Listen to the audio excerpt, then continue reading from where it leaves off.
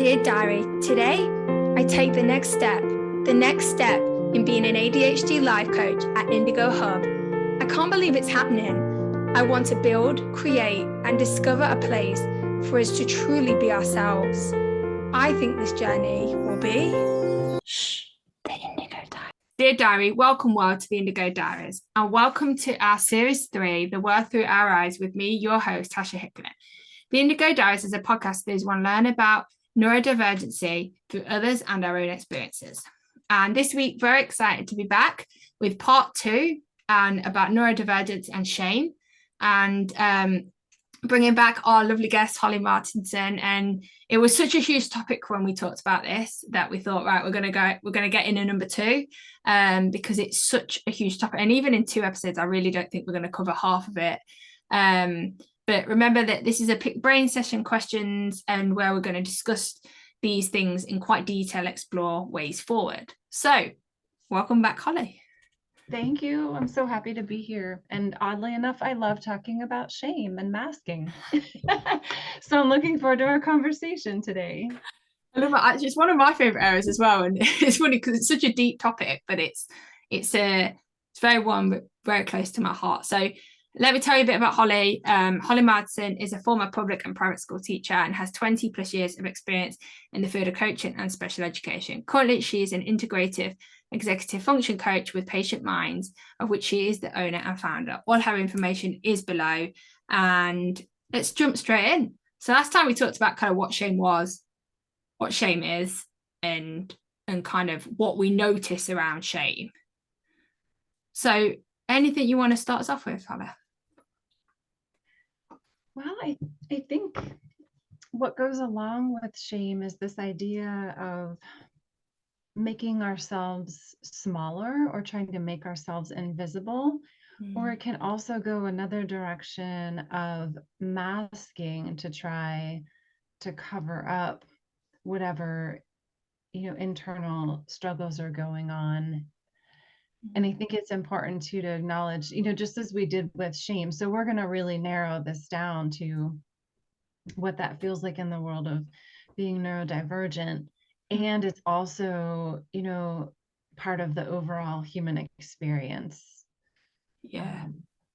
And I think that's really key what you said there. It is, shame, like we talked about last time, is not just kind of unique for neurodivergence. It's unique for every human being, because everybody has some sort of sense of shame, and everybody does something to kind of camouflage that or reduce that.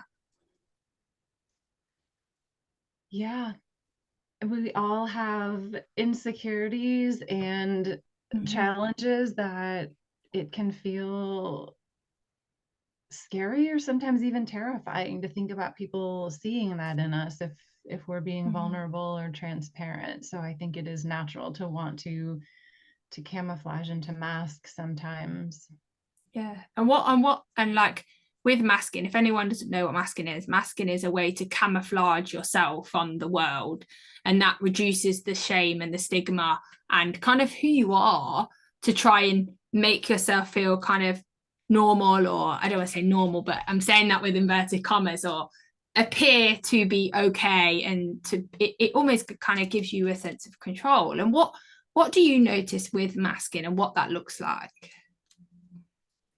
Well, I think unless we really know the person, and if they're really expert at it, we may not even know that it's going on. So if we know the person, we might be aware, just, a look in their eyes or how they're interacting. What's underneath it, I think, is really just a true fear of being known for who we are and as we are. And so it takes a tremendous amount of effort to try to cover that up or present differently than who we truly are. I don't love that, but I love the way you said that about kind of it's a way of hiding who we are. And what I find that a lot of people do is with masking is just, it's a mask, right? It says you put something else on your face, or you act a different way, or you do something differently to who you are and what you are to kind of save face or to reduce the shame, because the shame around who you are or how you act or what you do for you is not okay. Yeah.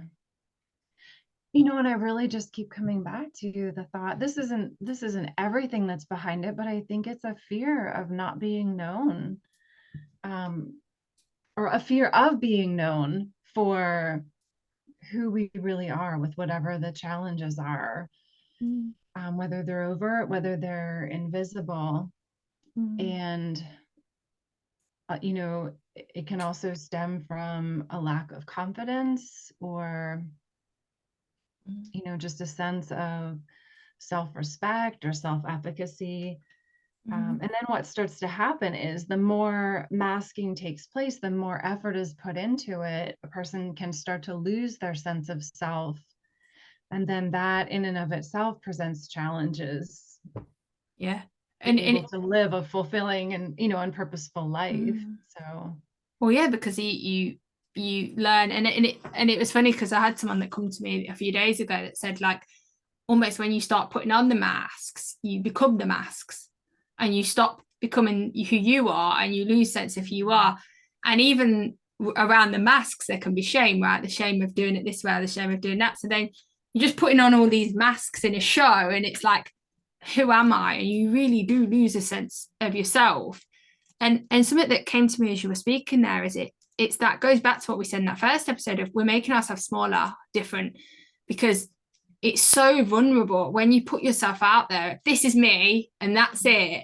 You're so vulnerable to criticism and all that, that then that creates shame, which then it's like a lot of people I meet that are neurodivergent, they say, I was myself when I was 8, 10, because that's when they're themselves, and then they get all this criticism, and then that's when they put on the mask, because other people's criticism becomes our own shame. Yeah. And then it's hard to find who you really are then, when you start realizing, oh, I've got all these layers. How am I going to get back to who I really am? You know, I also was just sitting here thinking, the amount of effort and energy it takes to mask, especially if you're in a work or a social setting and you're looking for clues and cues to how should I be acting or behaving, or what do I need to hide, or what do I need to pretend to be doing. If you're already challenged with executive functions, with working memory, this is going to add another layer. So just like anxiety sort of already starts to work against the brain being available, those executive functions being available, adding this additional layer of masking significantly reduces capacity for being present, for paying attention. And I think sometimes we underestimate, you know, whether it's a learning situation or a work situation, that person might be sitting there, but are they really present? And is their brain really processing and taking in everything that's going on? Yeah. And then when you're not paying attention, then someone might go, you know, you're not doing this properly, you need to try harder. And then that adds to the shame. So almost our coping mechanism for coping with who we are and the shame of who we are by putting on a mask then adds to it, and then solidifies it in everything else. And then our internal narrative, our internal view on ourselves just gets smaller, smaller, smaller. So it's like putting up, like you're an onion.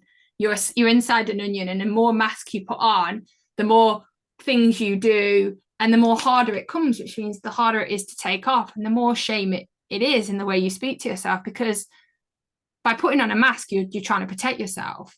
But then that is then stopping you be who you are, which is then people are still going to criticize whatever you put out there, and then shame builds and builds even more, which then it's just a whole cycle. Yeah it is. And it also strains relationships. So going along with that, if you're so tucked into the as you said, the inside of that onion, it's really hard to find genuine connection, to have good, you know, and authentic communication, whether it's with fellow students, coworkers, family, significant Mhm. others, it's really hard to have strong relationships in those cases. Yeah. And then what I find a lot of people is a lot of partners or relationships, whatever that may be, then don't like the way the individual speaks to themselves, sees themselves, and all that, which then can cause more strain and more vulnerability and all these things. So it is just like a vicious cycle of this shame that whatever we do, it's just adding more and more shame. Yeah. It just really breaks my heart, because I know, like, we're talking about kind of masking in a general term, and what I find with specifically with neurodivergent is that a lot of people are masking the shame that we're not neurotypical, and we're trying to fit into this world, and that's how I find, because obviously masking, everybody does, right? Everybody does it to an extent, but specifically with kind of neurodivergent, it is that we're trying to fit into this world, we're trying to make ourselves smaller or different or perceived different, because it's a lot of people, it's not accepted. And I think there are things that can be done to help this cycle. They're not easy. No, it's out there. It's definitely not. We're going to come back after the break, and we're going to be talking about what can we do about it, and what can we really add in that I want to say take off the mask, can make the mask easier, or just find a way to not hold so much shame.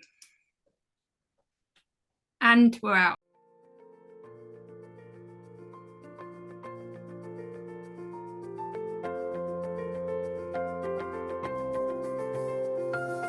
If you would like any more information on Indigo Hub or our Indigo support group, then please check out our website below, or our link to our social media platforms, or email at indigohub.adhd@gmail.com.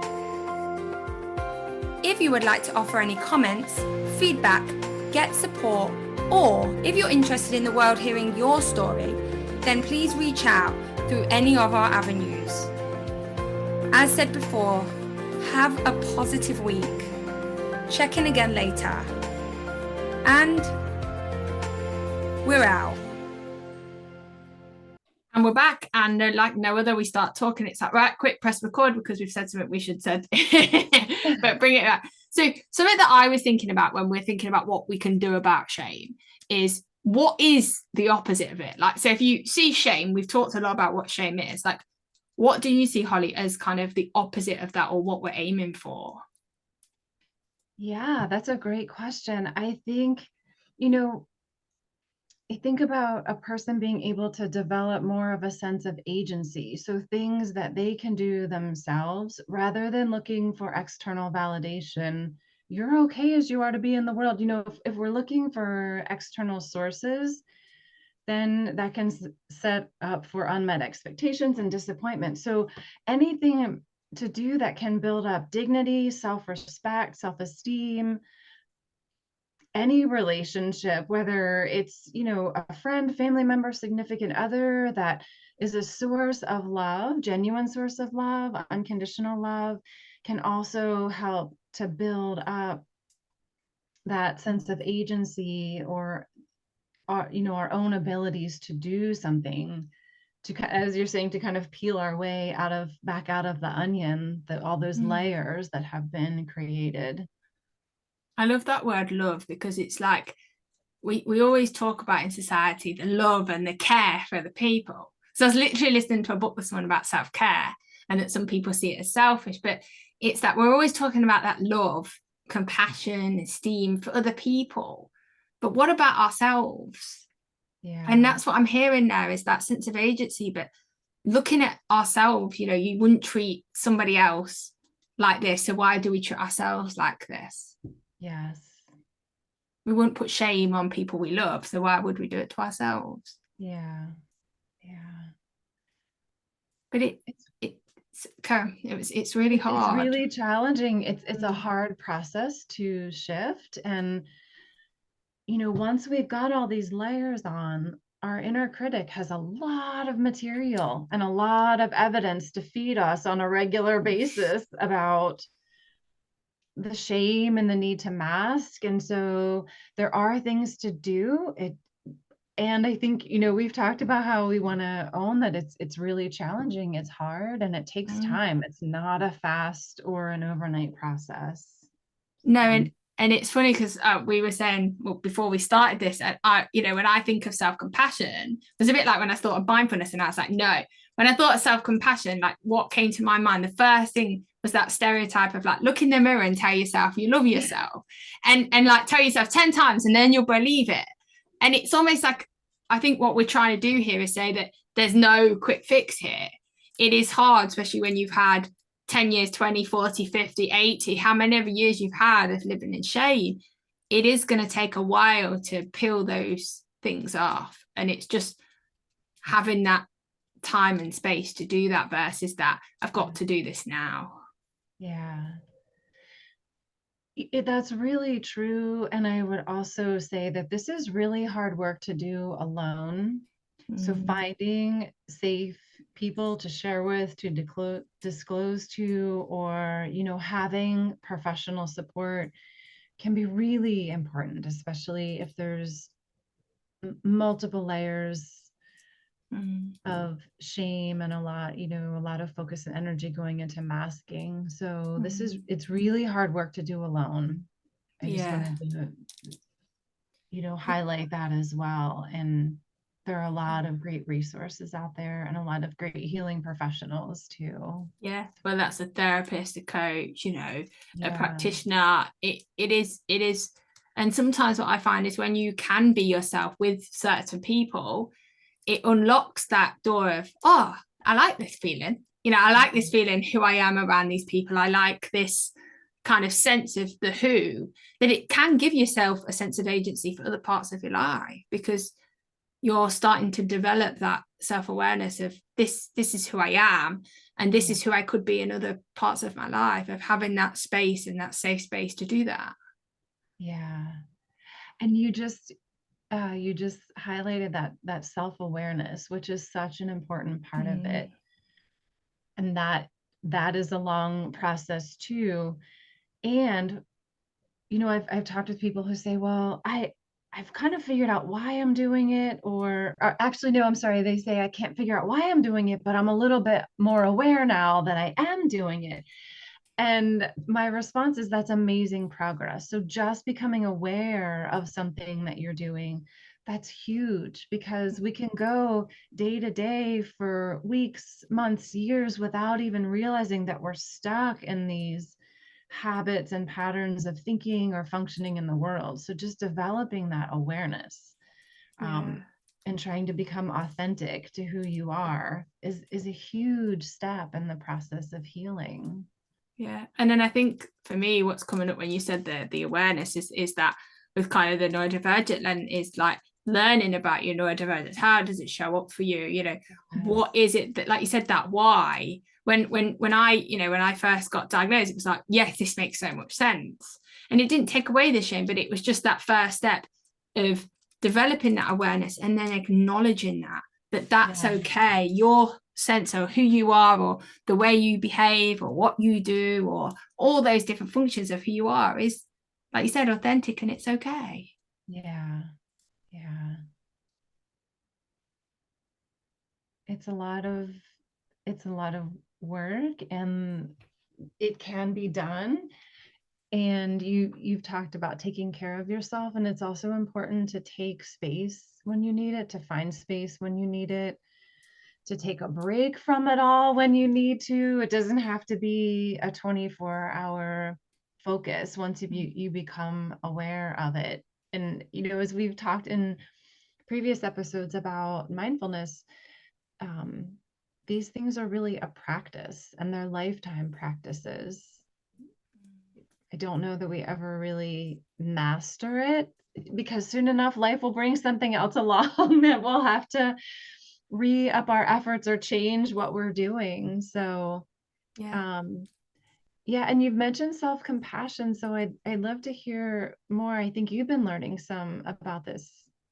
Yeah, and I find that self-compassion kind of gets chucked around and like, become more compassionate for yourself. But what does that actually look like? And I think something that you said there is like first being aware of it, then kind of acknowledging it, and then being curious with that, not saying I can't think like this, don't think like this, because then you're just having that fight with yourself, which then will turn into shame.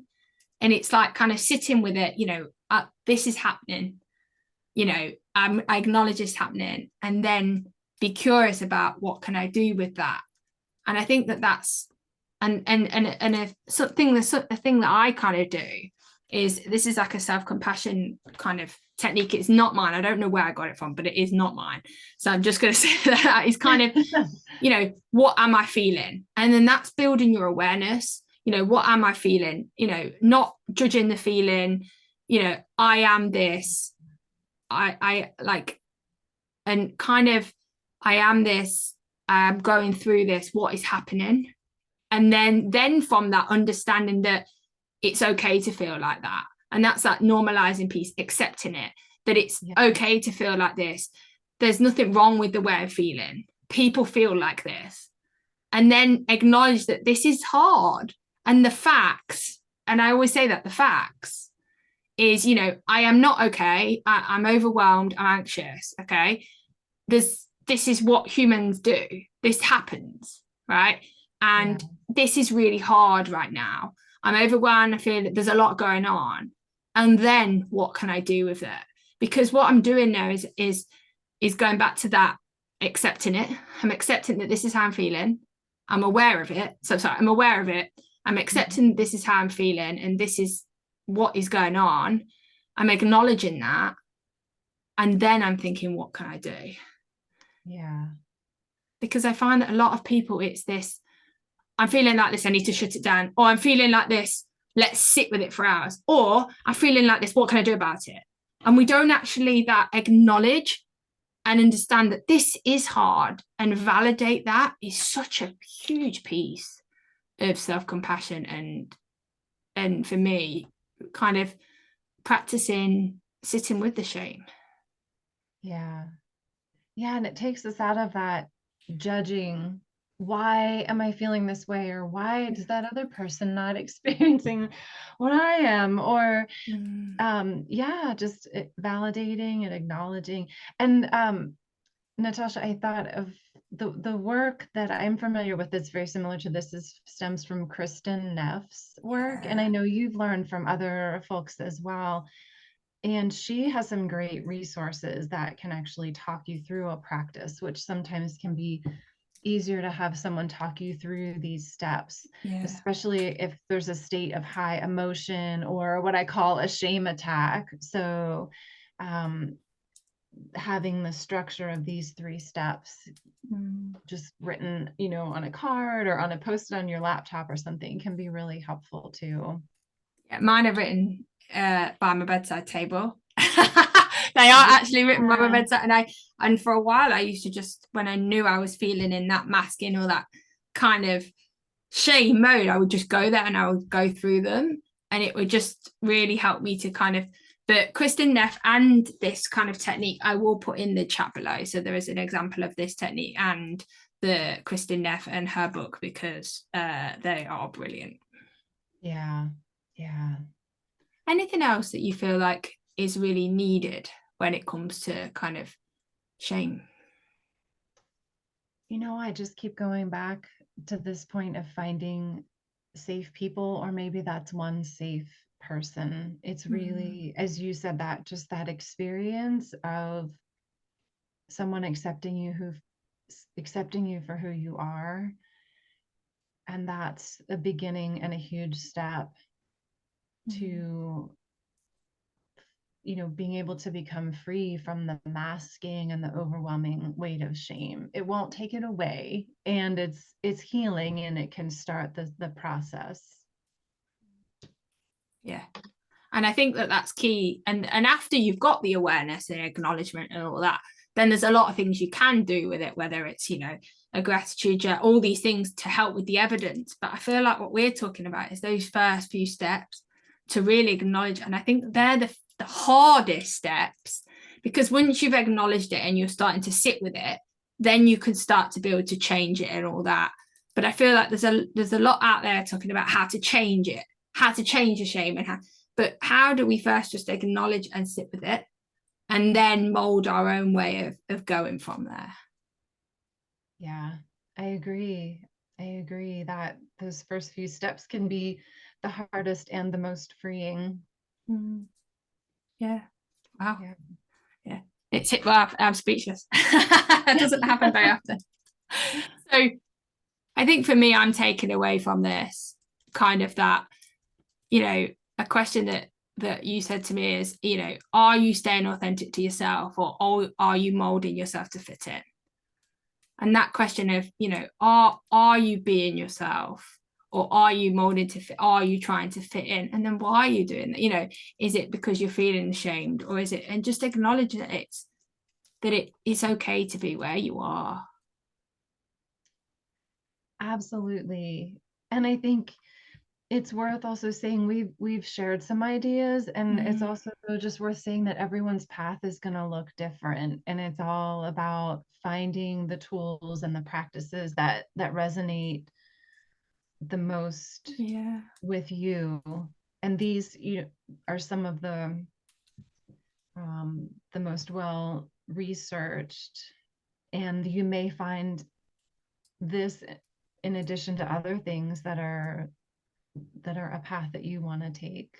So yeah, and it comes back to that love and sense of yourself, and sense of agency of finding your own way, and finding the people, and finding your compassion and the love for yourself, because we all deserve that.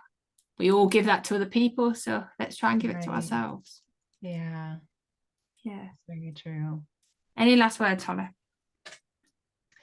Well, thank you for the opportunity to discuss this. I mean, I think it's so important to bring awareness to this.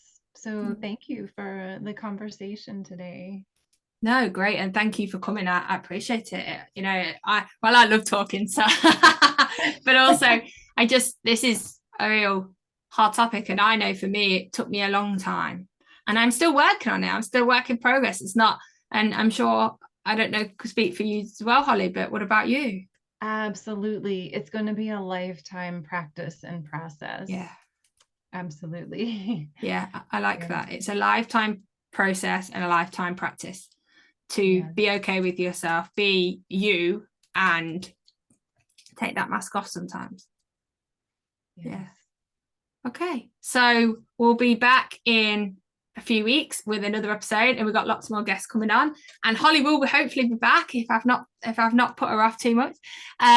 So if you're interested in coming as a guest, or you'd like to come on and share your experience in Series 1, then please reach out to our social media avenues. And please know that anything shared here, please, if you feel that you need to reach out to a professional, please do. We are here. There are therapists, there are coaches, there are people to help you on this journey. You do not have to do this alone. So come back, learn, listen, and experience the world through not my eyes, our eyes. Why not?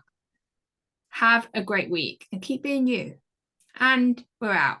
Dear Diary, as Indigo Hub's process goes on, it makes me stop and wonder, could there be more for us? More light, more experience, and more ways to see the world through our own eyes. I think this journey will be the